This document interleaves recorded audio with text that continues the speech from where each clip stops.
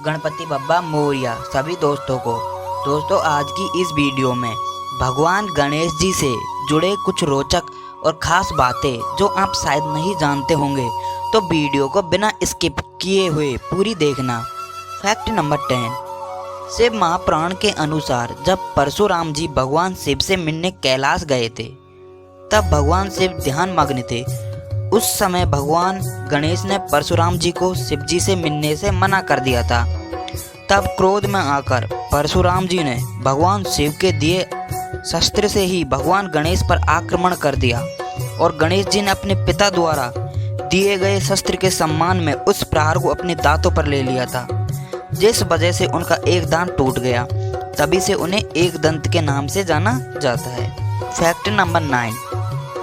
ब्रह्मावर्त पुराण के अनुसार जब सभी देवी देवता भगवान गणेश को अपना आशीर्वाद दे रहे थे, तब शनिदेव उनसे मुंह फेर कर खड़े थे। जब मां पार्वती ने शनिदेव से उनके इस कृत्य का कारण पूछा, तो उन्होंने कहा कि अगर उनकी सीधी दृष्टि गणेश जी पर पड़ गई तो उनका सिर धड़ से अलग हो जाएगा। लेकिन मां पार्वती ने उनकी एक बात नहीं मानी और उन्हें गणेश जी की ओर देखकर आशीर्वाद देने को कहा। इस वजह से गणेश जी का सिर उनके धड़ से अलग हुआ था।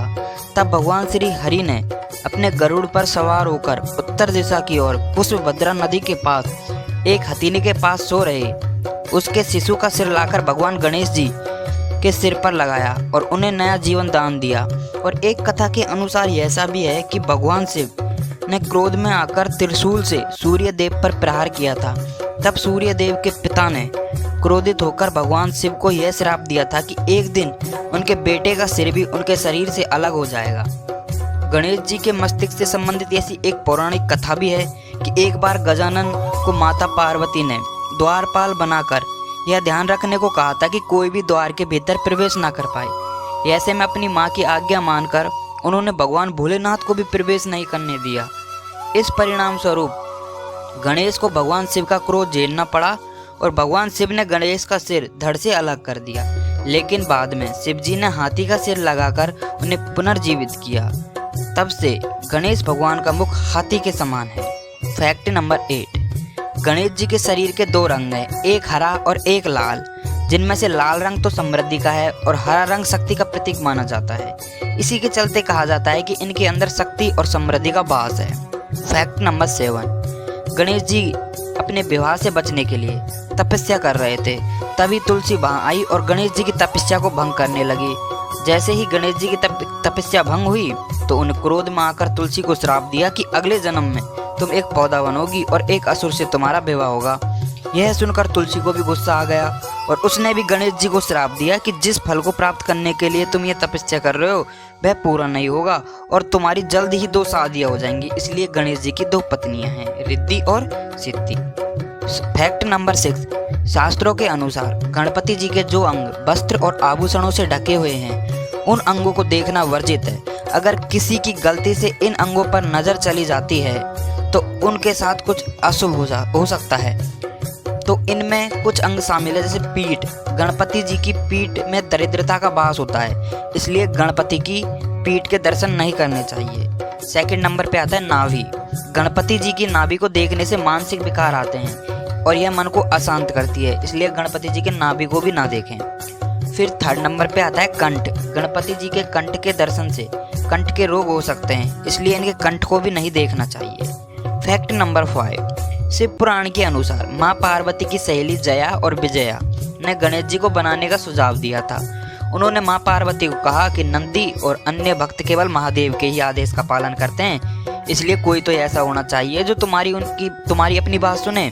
इसलिए माँ पार्वती ने अपने शरीर के मैल से भगवान गणेश जी का निर्माण किया था। Fact number 4। अलग अलग भगवानों को अलग अलग चीजें अर्पित की जाती है, लेकिन सिर्फ भगवान गणेश ही एकमात्र ऐसे देवता हैं जिन्हें दुर्वा अर्पित किया जाता है। कहते हैं कि अगलासुर नाम का राक्षस ऋषि मुनियों को जीवित ही निगल जाता था। ऐसे में गणपति जी भी उस राक्षस को निगल गए थे, जिसके कारण उनके पेट में जलन होने लगी थी और इस जलन को शांत करने के लिए कश्यप ऋषि ने उन्हें दुर्वा चढ़ाई थी। इससे गणेश जी का जो पेट की जलन थी वो शांत हुई थी। Fact number 3। भगवान गणेश को लिखने में कुशल माना जाता है और उन्हें इसके लिए विशेष दक्षता भी शामिल है। जब ऋषि वेद व्यास को किसी ऐसी युक्ति की तलाश थी जो बिना रुके महाभारत लिख सके, तब ऐसे समय में गणपति महाराज जी ने ही महाभारत लिखी थी। फैक्ट नंबर 2, ये बात सभी जानते हैं कि भगवान गणेश की सवारी मूषक है, लेकिन शायद आपने यह नहीं जानते होंगे कि एक राक्षस को गणपति ने चूहा बना दिया था और फिर उसकी प्रार्थना पर भगवान गणेश ने उसे अपना वाहन बना लिया और तभी से गणेश जी मूषक राज कहलाते हैं और तभी से गणेश जी की सवारी चूहा माना जाता है। फैक्ट नंबर 1, गणेश जी की 2 चीज़ें जो सबसे ज़्यादा प्रिय है, पहली मोदक, दूसरा लाल सिंदूर। अगर आप पप्पा को मोदक का भोग लगाते हैं और उन्हें लाल सिंदूर चढ़ाते हैं तो कहा जाता है गणपति आपकी हर मनोकामना पूर्ण करते हैं। तो दोस्तों आज के लिए इतना ही, फिर मिलते हैं एक नई वीडियो के साथ। तो सभी बोलेंगे गणपति बप्पा मोरिया और वीडियो को लाइक कर देना, चैनल को सब्सक्राइब कर लेना।